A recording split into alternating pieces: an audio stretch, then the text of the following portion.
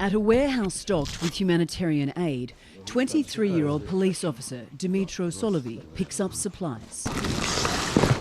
Food, water, hygiene products and a generator are on the list. He's part of the White Angels unit, and they're heading to his hometown of Avdiivka in the Donetsk region on the Eastern Front, where one of the most fierce and bloody battles is being waged in the war in Ukraine. I was born in this town, he tells me. My neighbours are there, my relatives, my friends. It's my duty to help them. We are their hope. But getting to Avdiivka is a death trap. Shortly after leaving us, with his GoPro rolling, he spots Russian shelling through the windscreen. Look, the bomb has landed. Report incoming of an ugly bastard. And there's another one, he tells his colleague. Russian artillery, mortars and drones target the road, and yet Dimitro remains calm. This perilous journey has become routine, despite multiple close calls. Driving past the sign that proudly states Avdiivka is Ukraine, the town of once 30,000 residents is now deserted, devoid of the living, as almost every single building has been shelled. But surprisingly, some people still live here, including Dr. Vitaly Sintnik, head of the local hospital. Diagnosed with terminal cancer, he's decided he's not going anywhere. We have a job and we do it, he explains. He called the White Angels to evacuate a man who'd just been injured from shrapnel. As they load him into the van, the idle chatter is interrupted. Minka. Incoming. It's a mortar, explains the doctor. Sometimes it rustles and then bang. That would be a tank. As the explosions get louder, it's time to go. This is the road to Avdiivka. There is one way in, one way out. We are not allowed to travel to the town, which is 17 kilometres away. The military has banned all media, saying it's just too dangerous. But for the White Angels, they travel on this road multiple times a week, risking their lives to support the less than 1,300 people still living in the town. As the White Angels begin the dangerous drive out, Dimitro reflects. It's very sad what's happening to my town, but one day we'll rebuild Avdiivka and I will live there with my grandchildren. We just need to believe. A belief that keeps this community among the ruins alive. 8-year-old Mohammed is doing his daily chores, fetching water, collecting scraps of paper and plastic to start a fire, to help his mother cook their daily meal, but he'd rather be elsewhere. You think I like it here? Asks Mohammed. Of course we don't. It's terrible. I want to go home, where we had food and water. That buzzing comes from Israeli drones hovering overhead. They never go away. He's been deprived of his childhood, says his mother, Omar Day. He can't live like a normal child. He can't go to school. He misses his friends. More than anything, the children here miss a sense of safety. Overnight, Israeli warplanes struck the Yafa Mosque in Deir el-Belah. No one was there, but everyone heard it. In the camp, the best parents can do is keep the kids' minds off the danger. I play with them, I joke with them, and distract them from their misery, says Ahmed Khalid. When they hear the bombing, they're terrified. But there is no escape. These children have already seen too much. We miss our town. We lived well, says Jawahir. Now all we see are dead bodies everywhere. There are no basic services here. The garbage piles up in the street. Says Mohammed, we go from one place to the other, and they keep bombing us. Yet they still play as the drones buzz overhead. There's a multi-billion-dollar dilemma in Washington, D.C., and the clock is ticking. Right now, the push and pull is really a political push and pull rather than anything else. Negotiations over linking immigration and border policy changes to the emergency aid package are in limbo. If I were a cynic, I would say that Republicans have decided to tie support for Ukraine to immigration reform because they want Ukraine aid to fail. Last week, President Biden said he's willing to make a compromise with the GOP on border security, but so far there's been no sign of a deal. It's not just Republicans that are holding a hard line, it's Democrats who are holding a hard line. Either side can move and can get this done. House Republicans are demanding the Senate negotiated deal be similar to the H.R. 2 bill that passed through the House earlier this year. Many Democrats, including the president, say that's a bridge too far. We're ready to pass a package that includes foreign aid, but to tie it to extreme Republican proposals around the border is absolutely wrong. And I think we're standing up and saying that is not acceptable to us. Ukrainian President Volodymyr Zelensky is meeting with President Biden Tuesday. According to a White House statement, the two leaders are expected to discuss, quote, the vital importance of the United States' continued support at this critical moment. I'm John Lawrence reporting.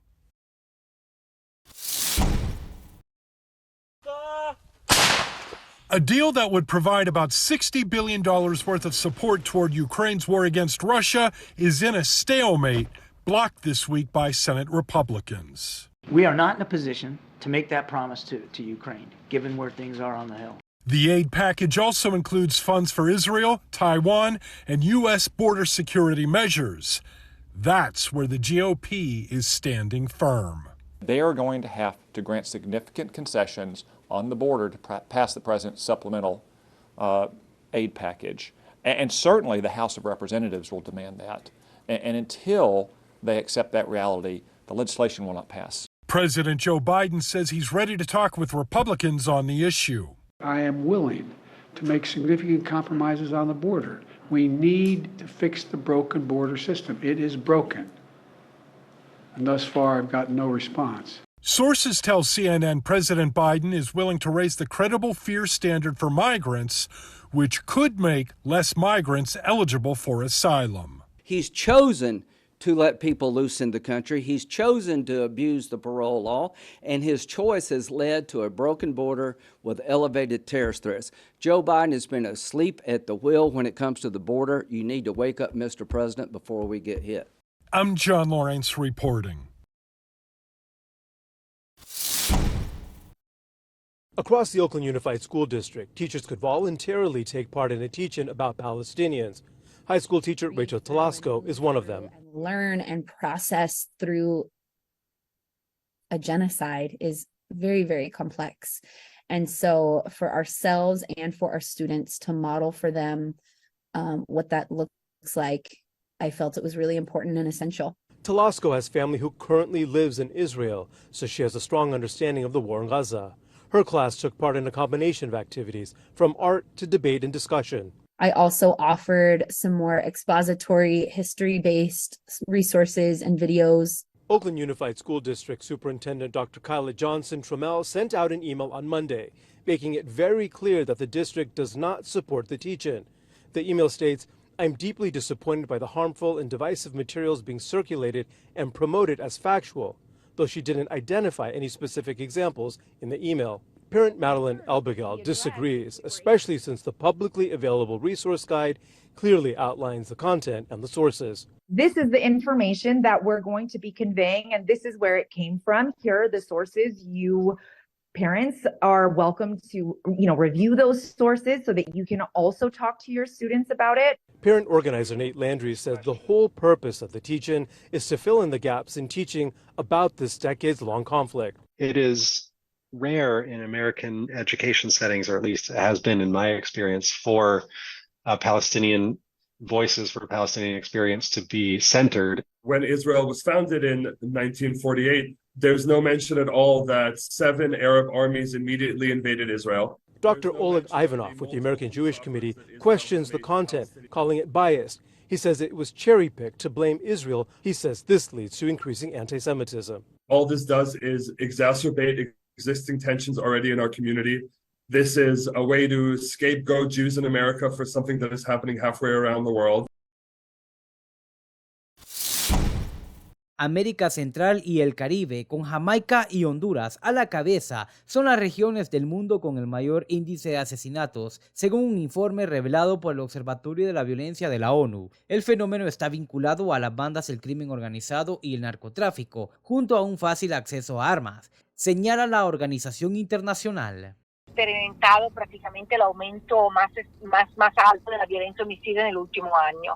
En particular, allá también, alrededor de la presencia y de la competencia entre bandas, siempre allá otra vez por el mercado de la droga. El país registra una disminución de homicidios de un 3 a 4%. Sin embargo, esta no es suficiente para sacar al territorio nacional de los lugares más altos en violencia. Son cuestiones, ¿verdad?, que se han ido acumulando y que se ha tratado por todos los medios de disminuir los índices. Desde las autoridades nacionales consideran que se ha alcanzado una reducción importante de homicidios. Sin embargo, la violencia es un tema complejo que tomará un tiempo para que se perciba un cambio radical. Es que tienen razón. O sea, nosotros estamos bajando el índice de homicidio. Nosotros aún estamos conteniendo y controlando la problemática de violencia y criminalidad que desgraciadamente en nuestro país en los años anteriores se había convertido en un negocio. En la urbanización Germán Tellería, en el distrito 5 del municipio de Caranavi, desde hace 4 días viven en medio del agua. Todas las habitaciones de estas viviendas están anegadas de agua y barro. Como usted ve, aquí todo está inundado, mi cuarto, todo está lleno y nosotros solamente con mi hijo, tengo mi hijito especial, tengo mis 3 hijos también y estamos encima del agua. Entonces yo quisiera pediría a las señores autoridades que nos colaboren. Los vecinos colocaron defensivos para evitar que el agua ingrese a sus casas, pero los promontorios de tierra no evitaron la inundación. Ya está remojando la pared y los vecinos de aquí atrás igual hay un buen tanto que se está remojando la pared. O sea, nadie se pone al caso, nadie hace nada, dirigentes que se oponen. Mismo han abierto aquella cuneta, lo han tapado ayer. Ayer en la tarde hemos recibido amenazas también de los mismos vecinos. Las familias afectadas no saben qué hacer o dónde ir porque no tienen otro lugar. Temen que sus casas se remojen y colapsen. No sabemos dónde ir. Estamos aquí, pues, como siempre. Mira, de eso con hoy día más son 4 días que ya estamos acá. ¿Tienen otro lugar donde poder ir a habitar o es el único? El único es. La Junta de Vecinos de esta urbanización llegó la mañana de este viernes hasta la Alcaldía Municipal de Caranavi para pedir ayuda.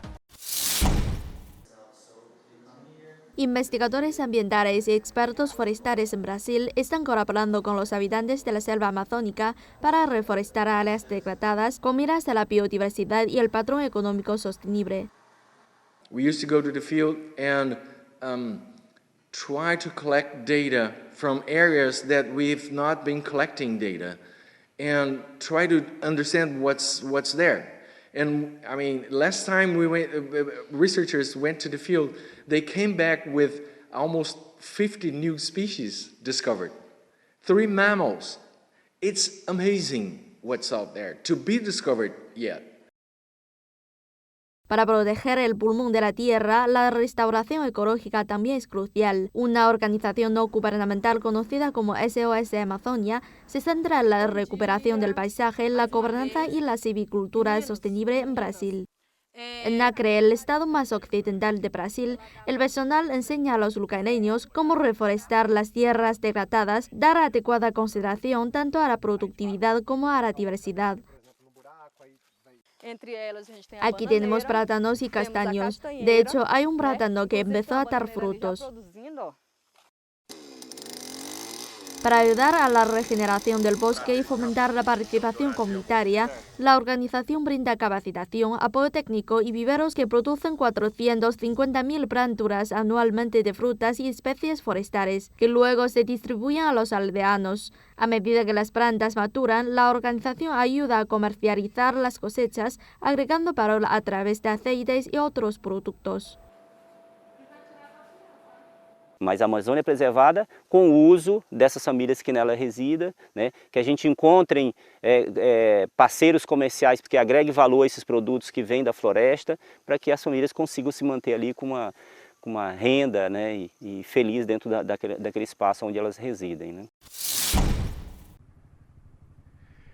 Llegamos a cerca de 4.000 metros de altura sobre el nivel del mar. En este punto, denominado Finca Romerales, está ubicada en el sector de Brisas, en el ascenso al Parque Nacional Natural de los Nevados, la Vía a Murillo. Aquí inició, desde hace ya casi 24 horas, esta conflagración de capa vegetal. En todas estas montañas que tienen lo que se denomina sabanales, igualmente los frailejones, que son las plantaciones naturales de esta zona. Se desconocen todavía las causas de que pudo haber iniciado esta conflagración, que se extendió en 4 focos, 4 puntos encendidos que tuvieron que atender los organismos de socorro. Desde bomberos y desde gestión del riesgo se entrega este balance.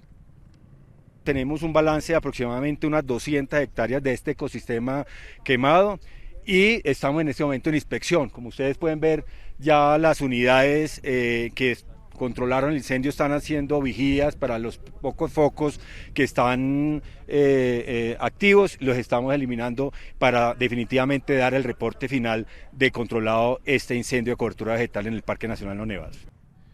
No solo con el apoyo de los drones, que también tiene la Policía Nacional, el Ejército, los mismos bomberos, se tiene esta vigilancia para determinar que estos focos queden totalmente apagados. Se va a hacer ese monitoreo constante durante las próximas horas, pero también se va a controlar el paso de turistas por esta zona para que no vengan a afectar el medio ambiente cuando se vienen de glamping o de camping a estas zonas.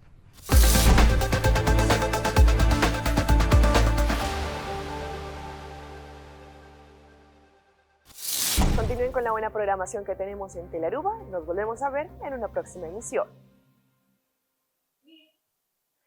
Y yo soy Alejandra Forero, presentadora de Primera Plana, y quiero invitarlos para que ustedes nos sigan en las redes sociales de Telearuba para que tengan todos los días una dosis diaria de inspiración, información y entretenimiento.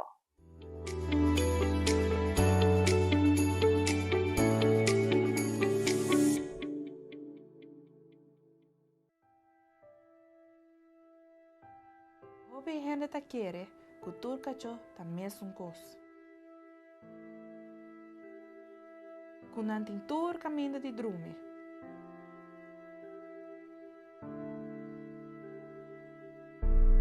Y nan por unga onda kuta.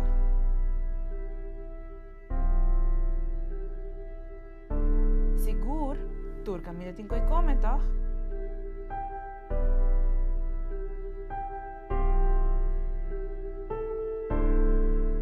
Pero en realidad está hopeleo.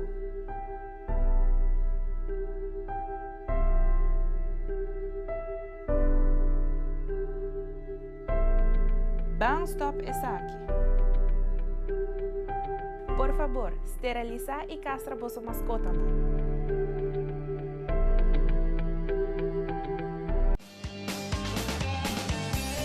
Nos mainta Turja Luna, Jaranson y Javierna, de nuevo para su norte mainta. Repetición a tarde y su siguiente día, riba live streaming. Nos mainta ta entretener, educar y informar. Nos mainta aquí na mes na Telearuba.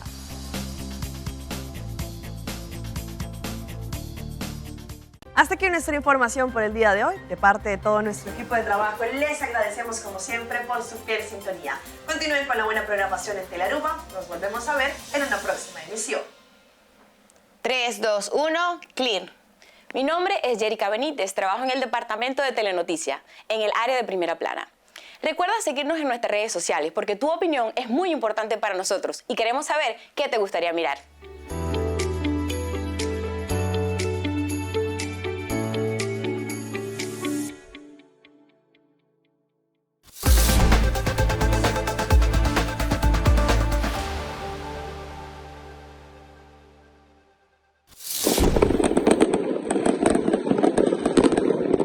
Lo que para nosotros es fiesta por la llegada de diciembre,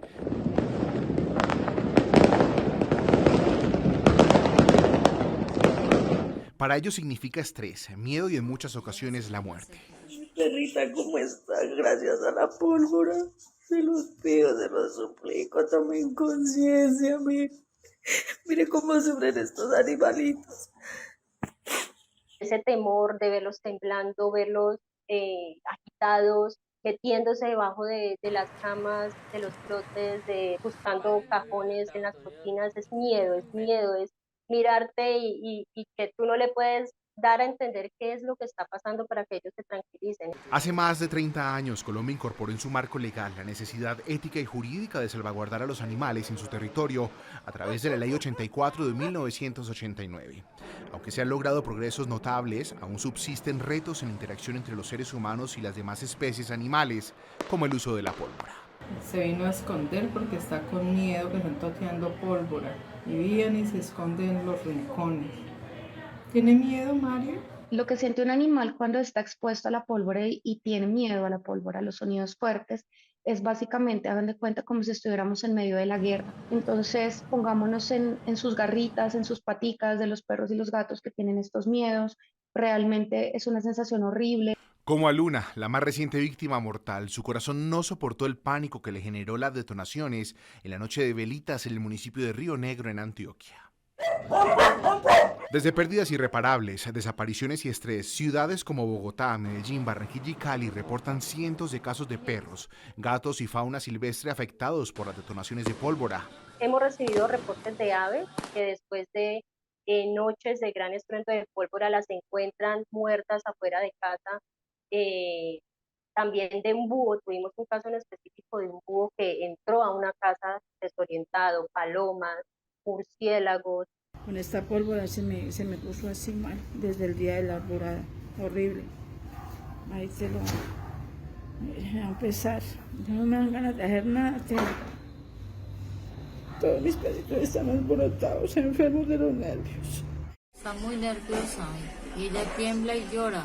En Cali la cifra es alarmante. En el lapso de 4 años se registraron 4.800 incidentes relacionados con pólvora, como el caso de Nala, una perrita que se tiró de un tercer piso por cuenta del miedo que le produce estos artefactos explosivos. Esto es un mensaje más de empatía, ¿no? La empatía es súper importante porque sabemos que no todos los perritos tienen estos comportamientos, pero hay perros que sí. Entonces hay gente que piensa que porque el perro de ellos soporta la pólvora, no se asusta, entonces eso es una bobada, eso no pasa y realmente tenemos que ver la muerte de muchos animales infartados por este tipo de situaciones, en especial animales viejitos, ¿no? Ya te vamos a morir, cosita, espérate, ya mi amor, espera. Ay, se va a salir lastimando, ya, venga, ven. Entonces el clamor es a legislar en torno a estos artefactos que nos están haciendo tanto daño. El uso de la pólvora revela un preocupante cuadro de sufrimiento para perros, gatos y animales silvestres. Para los expertos, este problema va más allá de la prohibición legal. Es la búsqueda de alternativas que no dejen un rastro de dolor innecesario en la vida de quienes no tienen voz para expresar su miedo. Hoy en Caracol Televisión estamos celebrando un día muy especial. Nuestra organización dio un punto de giro. Somos una casa comprometida con el bienestar social y estos animalitos coexisten con nosotros en la sociedad. Hoy estamos inaugurando la primera jornada Pet Lovers de Caracol Televisión.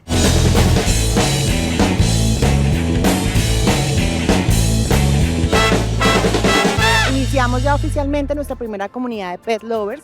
El día de hoy, como te contaba, estamos buscando sensibilizar. Es nuestro primer paso. Tenemos el apoyo de la alta dirección, lo cual valoramos mucho porque buscamos también que otras empresas se sumen a estas jornadas, a estos espacios y que vayamos dando pasos para tener más mascotas en nuestro día a día, integrados a los espacios de trabajo. Un deseo entrañable se materializó, que nuestra casa, Caracol Televisión, fuera escenario de encuentros maravillosos, el de estos perritos que buscan amor y hogares amorosos y personas con corazones que laten a 1000 por estos seres de 4 patas. ¿Tú de qué área haces parte? De postproducción. De postproducción. Y cuéntame qué viniste a hacer acá. Vine a averiguar por la adopción de perritos, porque pues también ellos merecen un hogar y me gusta que son rescatados, entonces me parece súper importante. Ay, qué maravilla. ¿Y qué opinas de este espacio que inauguramos hoy en el canal? Espectacular, me encanta, me fascina porque me fascinan los animalitos. Es importantísimo que empresas como Caracol nos estén apoyando. No es fácil entregar perritos mayores como Nikki, que han venido de tanto sufrimiento, algunos con ansiedad, muchos con miedo. Entonces que nos abran las puertas, que hayan personas acá interesadas en llevárselos para la casa es importantísimo para nosotros. Hoy ustedes están viendo caritas tranquilas y felices, pero no siempre fueron así. Estos perritos sobrevivieron a condiciones adversas. Todos ellos hacen parte de la Misión 300. Misión 300 es la unión de casi 30 fundaciones y de la institucionalidad a través del Instituto de Protección y Bienestar Animal de Cundinamarca para rescatar a 300 perros que hacían parte de una fundación en Carmen de Carupa y que fue sancionada por las autoridades. Los perritos estaban en el total abandono. Era un infierno. Animales enfermos, moribundos, cadavéricos, muchos animalitos muertos y perritos comiéndose entre ellos mismos para sobrevivir. Una atrocidad a la que estos seres se sobrepusieron y hoy, recuperados, mueven de nuevo sus colitas y están dispuestos a dar y recibir amor. Por eso, este espacio es tan especial. Me encanta, ojalá lo hagan siempre, ojalá. Tú sabes más que nadie que adoptar un perrito es lo mejor que puede pasar, o sea, eso sí nada que hacer. ¿Cómo se llama ella? Cabra, pero no es por loquita, simplemente por lo tierno. Es bonito que estas empresas tan grandes hagan parte como de esta iniciativa, pues para que todos tengamos opción de poder adoptar un perrito. Ay, son bellos y son juiciosos. Yo solamente quiero decir que un perro da mucha alegría. Hola. Y aportan a la salud física y mental y al bienestar emocional y son fuente inagotable de amor. Realmente contar con más personas que se interesen por la tenencia de animales, por el cuidado de los animales, va a favorecer a la sociedad en general. Va a ir creciendo esa empatía, ese altruismo, un montón de valores que necesitamos en la sociedad para convivir mejor entre todos. Estas jornadas nos ayudan a sensibilizar y ese es el primer paso y la invitación a las empresas que abramos las puertas con mucha confianza para sensibilizar y llegar cada vez a más personas y más familias. Adopta, no compres. ¡Feliz Navidad! La Fuente de los Deseos, el Muro de los Lamentos, el Palacio de Herodes, la Plaza de Mercado, todos estos sitios hacen parte del pesebre más grande del mundo. Y con tan solo ver vuestra mirada o la palma de vuestra mano, puedo predecir cosas, ¿eh? Aquí se recrea la historia del nacimiento de Jesús. Para que cada visitante que ingrese al pesebre se transporte en el tiempo 2000 años en la historia para conocer esas costumbres y tradiciones. Cuenta con 90 actores en escena. Shalom, shalom, viajeros. Bienvenidos al pesebre más grande del mundo. Personifican a los soldados romanos, los fariseos, el cobrador de impuestos, a José el carpintero, entre otros personajes. Ellos son los encargados de darle vida y volver mágico el lugar. Yo te bendigo en el nombre de Hashem, Baruch Adonai, Yaru Melech. Toda la historia la viven, o sea, la van relatando como si estuvieran actuando, me parece súper interesante eso. Lo hacen sentir a uno en Jerusalén. Son 15.000 metros cuadrados de infraestructura engalanada por más de 300.000 luces. Me ha gustado desde el recorrido, desde donde hicimos el muro de los lamentos, listo, donde creamos unas oraciones o unos pensamientos hacia la actitud positiva. Un pesebre gigante, ganador de 4 récord Guinness, donde se vive la magia y tradición de la Navidad, que podrán disfrutar barranquilleros y visitantes hasta el próximo 8 de enero. Las estrellas nos han anunciado un bello mensaje, la llegada del Mesías, el Rey de Reyes.